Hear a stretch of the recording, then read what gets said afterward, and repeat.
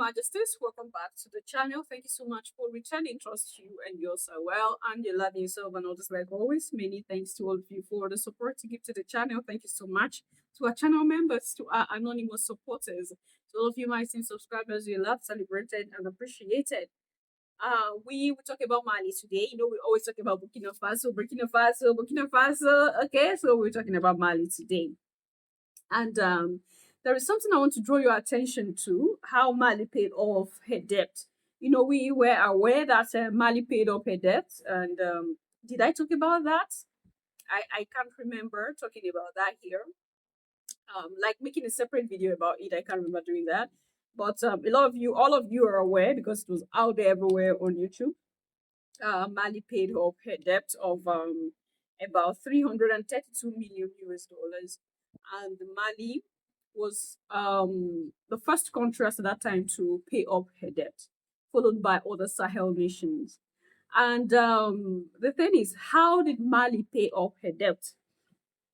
You know, at this time, Mali keeps struggling with foreign miners in her nation. And Assimi Goita keep telling the foreign miners, if you're not going to play according to the rules, you have to get going. If you're not going to pay the taxes you owe, you have to get going. Just imagine the audacity of these foreign miners, okay? Especially Canadian miners. You are living in a land, milking from them, and you're not paying your taxes. They don't pay taxes to the government because they feel that they're above the government. I wonder who they pay taxes to.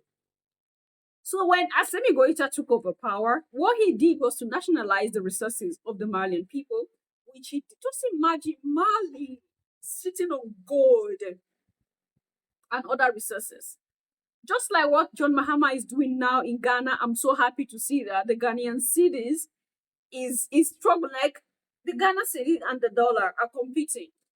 And how do you think John Mahama is also achieving this? He is becoming the enemy of the West to achieve this. The truth is that for Africa to be free, Africa has to become enemy of the collective West, of Europe and America. Remember, he kicked out foreign miners and said, okay, this gold, nobody's just going to come in and start mining gold. If you want gold, come to the government and you get gold from the government directly. You're not just going to go to the black market to go get gold.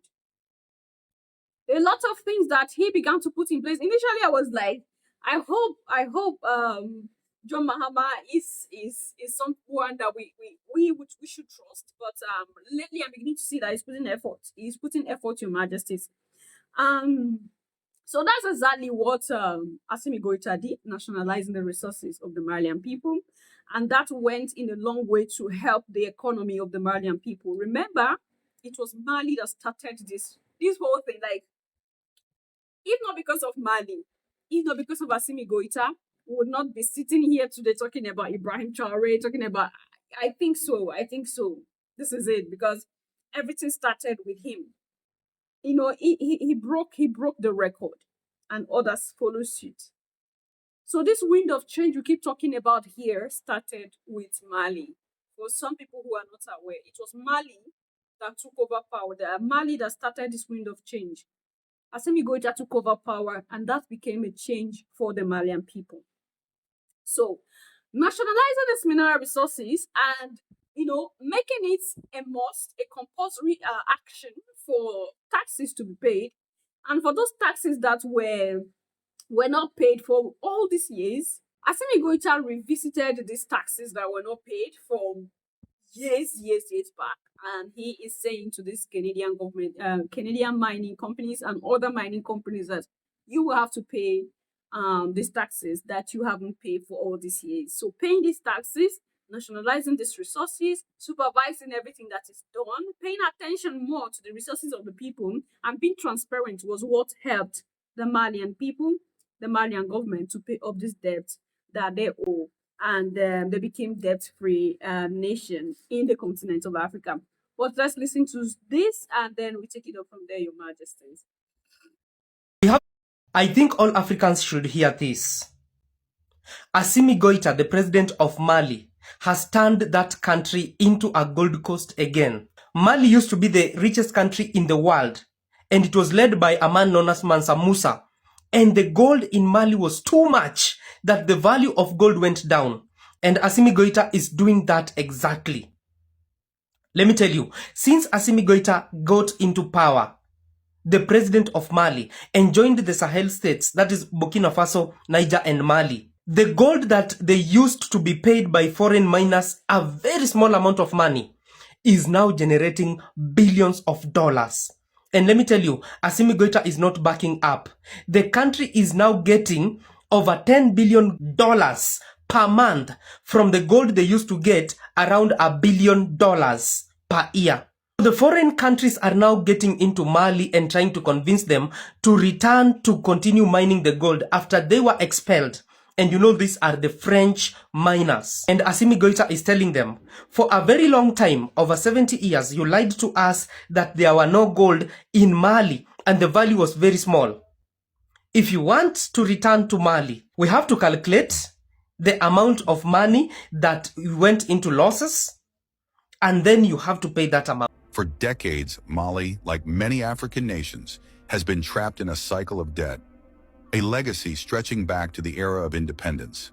High debt to GDP ratios have weighed heavily on the country, impacting every aspect of Malian life. Schools, hospitals, infrastructure, all have suffered under the constraints of foreign debt and reliance on international financial institutions. But that all changed when Mali announced a historic $332 million debt payoff. This isn't just an economic milestone, it's a statement. Mali is taking control of its financial destiny. Just a few years ago, Mali, along with its neighbors, Burkina Faso and Niger, was hit with sanctions from ECOWAS.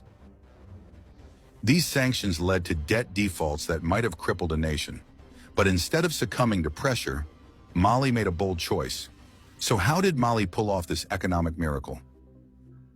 Mali's success could ignite a new wave of economic independence across Africa. Sub-Saharan Africa currently holds over $700 billion in external debt. That's money that could be invested in local infrastructure, education, and healthcare. But instead, billions leave the continent every year in debt repayments, perpetuating economic dependency. With Mali's historic payoff, we're seeing the potential for a new path, one that challenges old colonial dynamics and prioritizes African sovereignty. But there's more to this story. Mali's debt payoff is part of a larger movement in the Sahel region. Alongside Niger and Burkina Faso, Mali has joined the Sahel Alliance, a coalition determined to redefine their relationships with former colonial powers and foreign financial institutions. This alliance aims to build economic sovereignty, strengthen regional security, and forge new partnerships on their own terms. These nations share a common vision, a Sahel region that controls its own destiny, free from external manipulation. Leaders like Burkina Faso's Ibrahim Traoré have championed initiatives to keep their nations financially sovereign. Traoré's government created the National Treasury Bank, established the Post Bank to expand banking access, and even floated Burkina Faso's first national bond, attracting investment from global private investors. This push for economic independence comes with a significant shift in international relations. For years, France has maintained a strong economic and military presence in the Sahel, but today the countries of the Sahel Alliance are saying, enough is enough.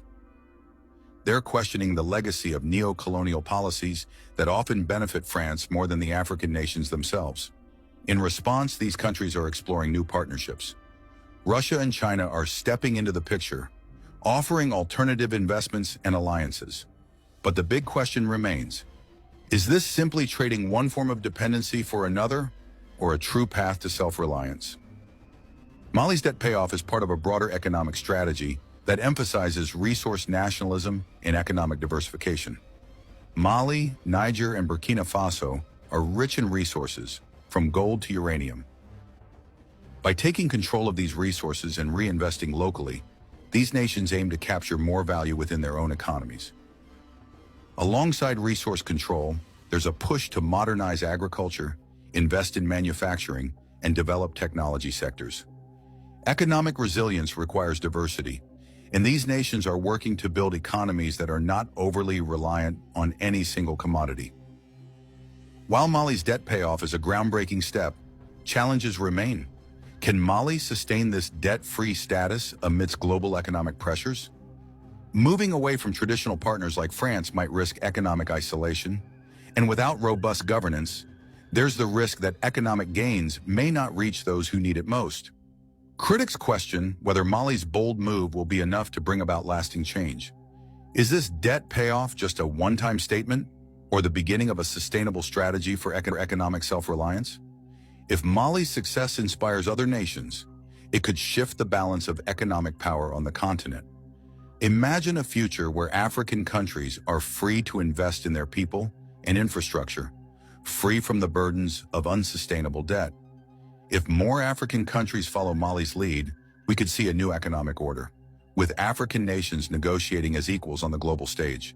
The journey to economic independence is long and complex, but Mali's debt payoff is a powerful step forward. It's a statement to the world that African nations can and will take control of their destinies. Your Majesties, that was it. And I'm going to share with you right now one of that singular thing that Massimi Goitia did that helped him, save his nation from the debt that they were in. What he did was that he sold assets.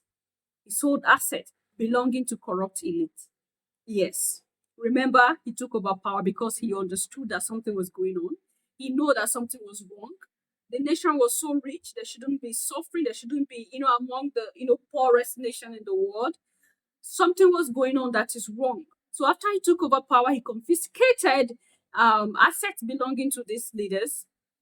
And it was this asset he sold off this asset, put the money together, okay? Asked this foreign mining companies to pay up the taxes they were owing for years, put other things together, and he got this exact amount to pay up the debt that his government is owing whoever they are owing. This was exactly what Assimi Goïta did. Now, if this is not a good leader, I don't know what you're going to call him. It was just so easy for him after confiscating these assets, selling it and putting the money in his pocket. Nobody's going to ask him. Moreover, he's a military leader. But no, he has his people at heart. And if Assimi Goïta wasn't a man with a good heart and want the best for his people, this wind of change wouldn't have started, like I said from the beginning. His heart is clean. And that is why it was through him that the Almighty and ancestors used to pave way for this great thing that is happening in the continent right now. So all thanks to Assimi Goïta for being, a man. Okay, for being a man who cared for his people and their future. All thanks to Assimi Goïta for not, succumbing, for not falling for the tricks of the collective West, but standing on his word, believing that things would change. Remember, he was alone. There was a time he was alone. It was so easy for him to say, okay, let me just do according to what these leaders are doing. After all, I just can't make my own money and go away. But he stood on his ground. And Ibrahim Traore saw this and said, no, I'm going to do this as well. He inspired Ibrahim Traore. And Ibrahim Traore inspired the revolution in Niger. So I just feel like showing this to you, Your Majesties, and leave your thoughts and opinion there at the section. I'm going to see you in my next one. Until then, love yourself, love others, stay safe, stay positive, always Your Majesties. Bye for now.